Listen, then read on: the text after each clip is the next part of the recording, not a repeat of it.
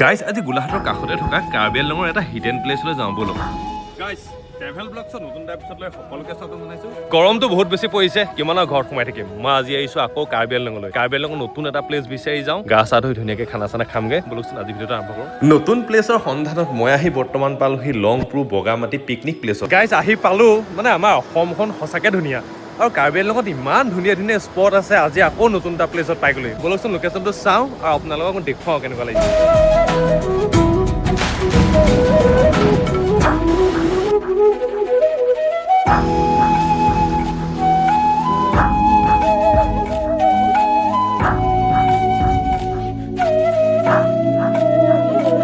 Guys মই গা চা ধুই আহিলোঁ। আপোনালোকে চিন্তা নকৰিব, মই জীয়াই থকালৈকে যিমানটো আমাৰ গোলাঘাটৰ আশে পাশে লোকেশ্যন আছে মই চবলৈকে যাম। একদম মানে আজি বৰ ধুনীয়া জেগা এটাত আহি গ'লো দেই সঁচাকৈ। ইমান হিডেন প্লেচ আছে, মানুহে গমেই নাপায়। আজি চাওক আমি এইফালে এইটো মোৰ লগেজ আমি অকল দুটা আহিছোঁ।